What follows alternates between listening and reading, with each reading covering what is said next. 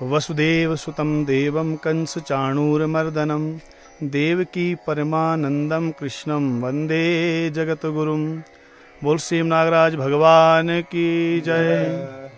भगवान श्री नागराज जो साक्षात भगवान श्री कृष्ण के अवतार हैं, जहाँ भगवान कृष्ण द्वारिकाधीश अपने भक्त की मान मर्यादा रखने के लिए, भक्त की लाज रखने के लिए स्वयं घोड़े से चढ़कर आए, भक्तों के कल्याण के लिए, गंगूर और मोला के उद्धार के लिए, मैना देवी के कल्याण के लिए।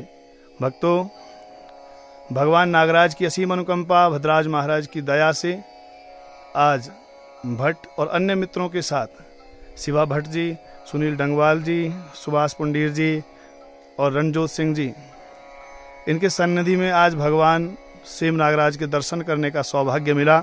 आइए भगवान के दरबार के दर्शन कराते हैं। सीढ़ियां दर सीढ़ियां चढ़ते हैं और एक एक सीढ़ी चढ़ते हुए जयकारा लगाएंगे। बोले नागराज भगवान की जय, बोले नागराज भगवान की जय, सेम नागराज भगवान की जय। और महाराज ये सीढ़ियां, जैसे जैसे हम सीढ़ियों पर कदम चढ़ते जा रहे हैं ऊपर की ओर, लग रहा है मानो साक्षात द्वारिकाधीश विराजमान है इस दिव्य धाम पर। उत्तराखंड का उत्तर द्वारिका भी कहते हैं इस धाम को।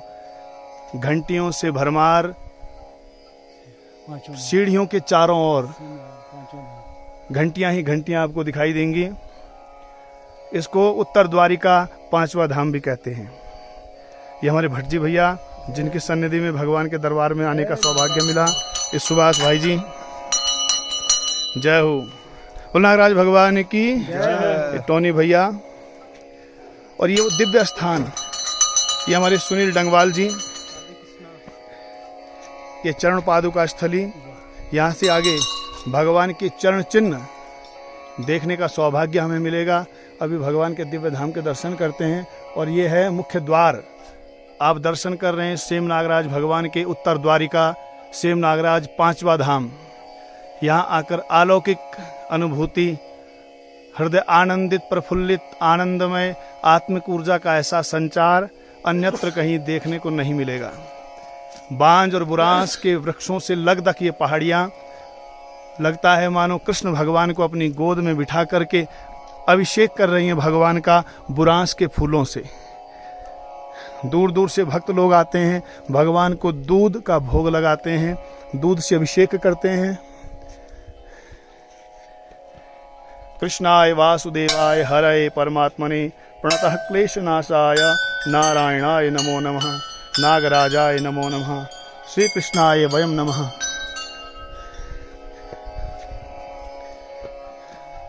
सज्जनों, वैसे तो अनेकानेक तीर्थों के दर्शन करने का सौभाग्य मिला है, लेकिन कुछ ऐसे तीर्थ, कुछ ऐसे स्थान हैं जहां भगवान स्वयं चल करके आए हैं, और उन्हीं स्थानों में ये विशिष्ट स्थान सेम नागराज। भक्तों की असीम श्रद्धा, भक्तों की असीम आस्था, भक्तों की श्रद्धा का केंद्र। और आप दर्शन कर रहे हैं सेम नागराज भगवान के मुख्य द्वार के, जहां कालिया नाग के ऊपर नृत्य करते हैं मेरे गोविंद। ऐसी अनुपम छटा, ऐसा दिव्य विग्रह अन्यत्र कहीं देखने को नहीं मिलेगा आपको। आज मार्च की 11 तारीख हो गई है, और मार्च में भी भगवान के दिव्य धाम पर बर्फ अभी तक जमी हुई है।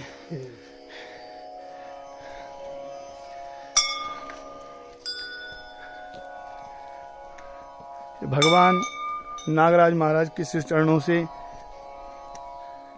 भगवान कृष्ण की ओर बढ़ते हुए कदम, ऐसा लग रहा है मानो बैकुंठ, भू बैकुंठ में पहुंच गए हम। भगवान का दिव्य मंदिर, भगवान का दिव्य मंदिर, और भगवान के दिव्य मंदिर के पहरेदार के रूप में कालिया नाग, जो भगवान का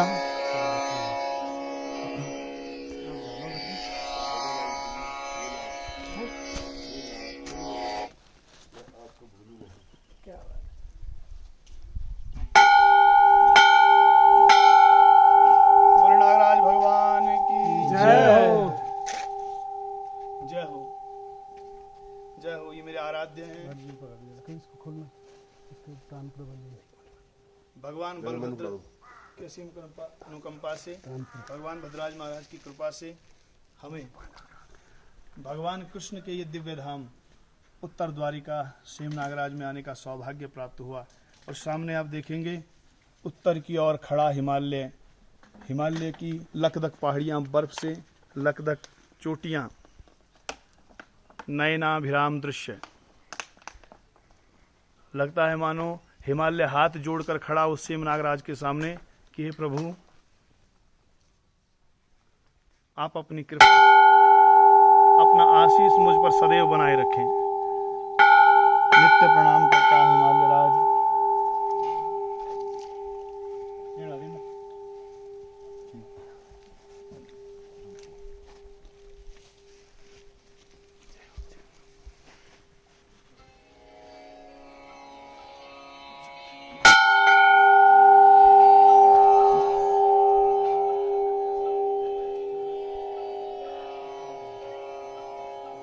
गणपति गंगूर अमोला का ये वो स्थान जहां भगवान को विराजमान किया था गंगूर अमोला ने।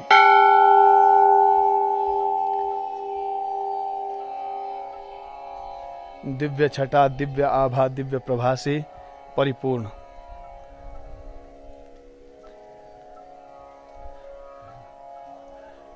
भगवान का ये दिव्य स्थान, भगवान का ये दिव्य मंदिर,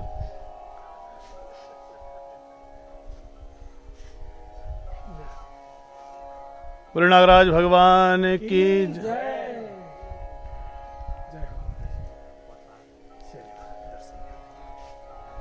पंडित जी प्रणाम। जय हो पंडित, जय हो। आगे जी, आगे ठीक है, ठीक है।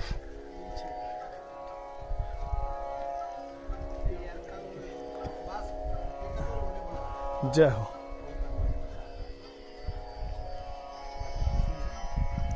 ये दिव्य घंटियां,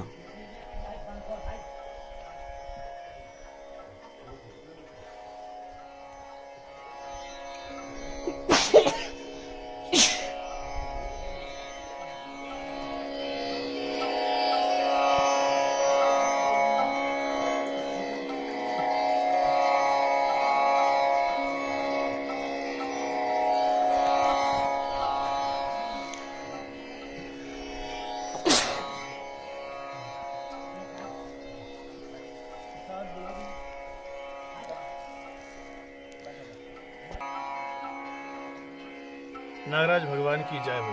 जय हो। सभी भक्तों के साथ भट्ट जी और गंगवाल जी, सुहास भाई जी और टोनी भैया के साथ भगवान के दिव्य धाम पहुंच चुके हैं। और अभी हमारे जो यहाँ के पुजारी हैं वो भगवान के लिए भोग तैयार कर रहे हैं। जब तक उनका भोग बनता है तब तक आइए जानते हैं कि सेम नागराज भगवान कैसे इस धराधाम पर आए। ऐसा कौन सा कारण था कि भगवान को द्वारिका छोड़ करके आना पड़ा उत्तर द्वारिका में, बसानी पड़ी ये दिव्य भूमि। सज्जनों, आइए शुरुआत करते हैं द्वापर युग से, जिस समय भगवान श्री कृष्ण अपने ग्वाल बाल सखाओं के साथ मां यमुना के तट पर कंदुक क्रीड़ा करने के लिए आए। और बाल गोपालों के साथ जब भगवान ने कंदुक क्रीड़ा करते समय अपनी बॉल को यमुना जी के उस काली दह में डाल दिया जहां निवास करता था एक नाग जिसका नाम था कालिया नाग। भगवान ने अपने चरण चिन्हों से कालिया नाग को किया अलंकृत, उसके फनों पर तांडव किया।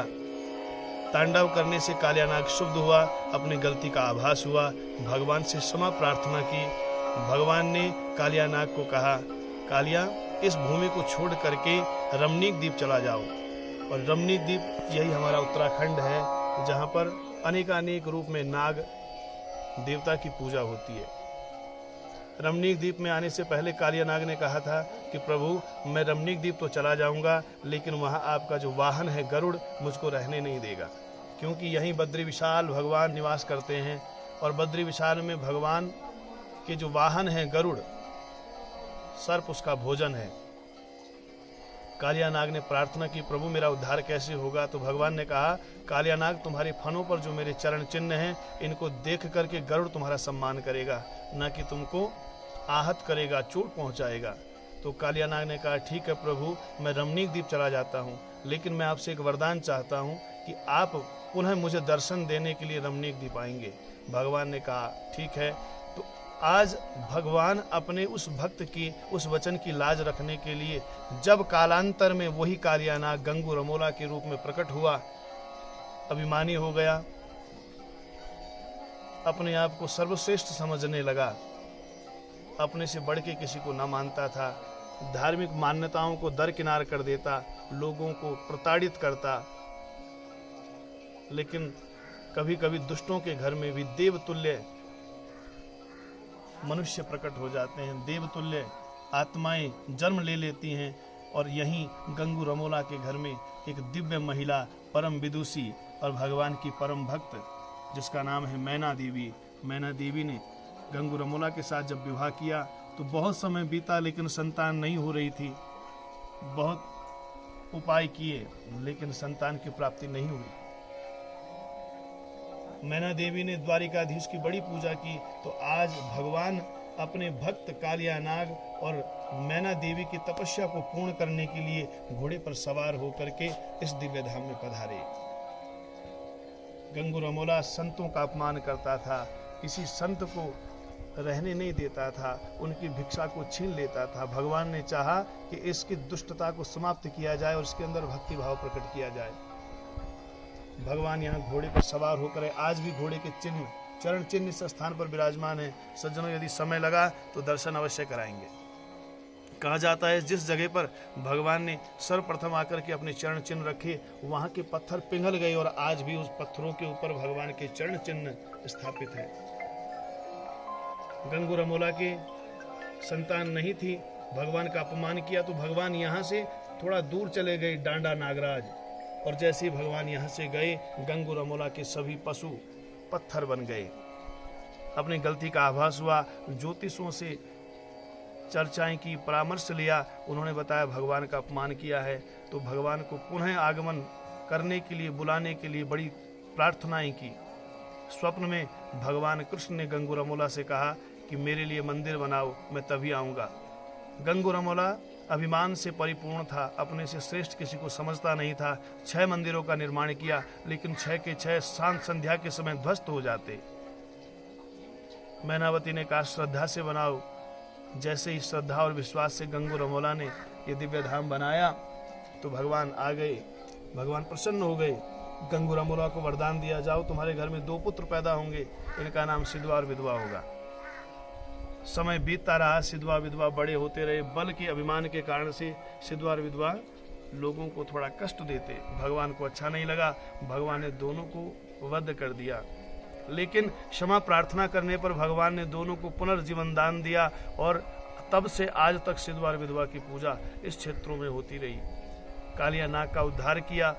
कालिया नाग ही गंगू रमोला के रूप में प्रकट हुआ, इसलिए गंगू रमोला ने अपने कुल के रूप में नागराज की पूजा प्रारंभ कर दी। श्री कृष्ण को नागों का अधिपति घोषित कर दिया और तब से कृष्ण भगवान ही नागराज के रूप में यहाँ प्रतिष्ठित हैं। और तब से अब तक अनंत भक्तों की कामनाओं को पूर्ण कर रहे हैं। साक्षात दिव्य शिला के रूप में विराजमान है भगवान कृष्ण द्वारिकाधीश। यहाँ भगवान की अनंत लीलाएं हैं, बहुत सारी कथाएं हैं। कहा जाता है एक दुष्ट राक्षसी का वध भगवान ने यहाँ किया था, जिसमें आज भी यदि आप अपनी तर्जनी उंगली को लगाएं, भगवान नारायण का ध्यान करें, ओम नमो भगवते वासुदेवाय मंत्र कहें, श्री कृष्ण शरणम मम कहें, तो एक उंगली से वो शिला हिलने लगती है और शारीरिक परिश्रम से वो बिल्कुल भी टस से मस नहीं होती। ये भगवान का दिव्य चमत्कार है। मार्च 11 तारीख यहाँ अभी भी बर्फ की भरमार है। जनवरी और फरवरी में बड़ी बर्फ होती है। जितने भी भक्त, जितने भी श्रद्धालु इस वीडियो को देख रहे हैं, वो जब भी जीवन में मौका मिले तो भगवान के दिव्य दर्शन करने के लिए जरूर पधारें। यहाँ भगवान को घी, दूध और आटे का हलवा भोग प्रसाद के रूप में चढ़ाया जाता है।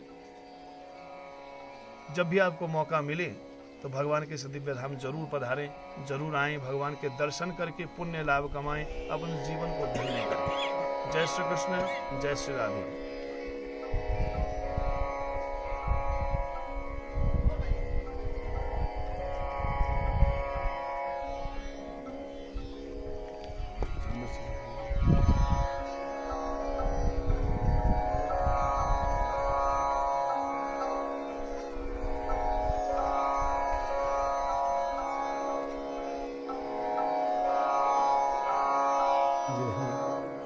जय हो प्रभु नागराज।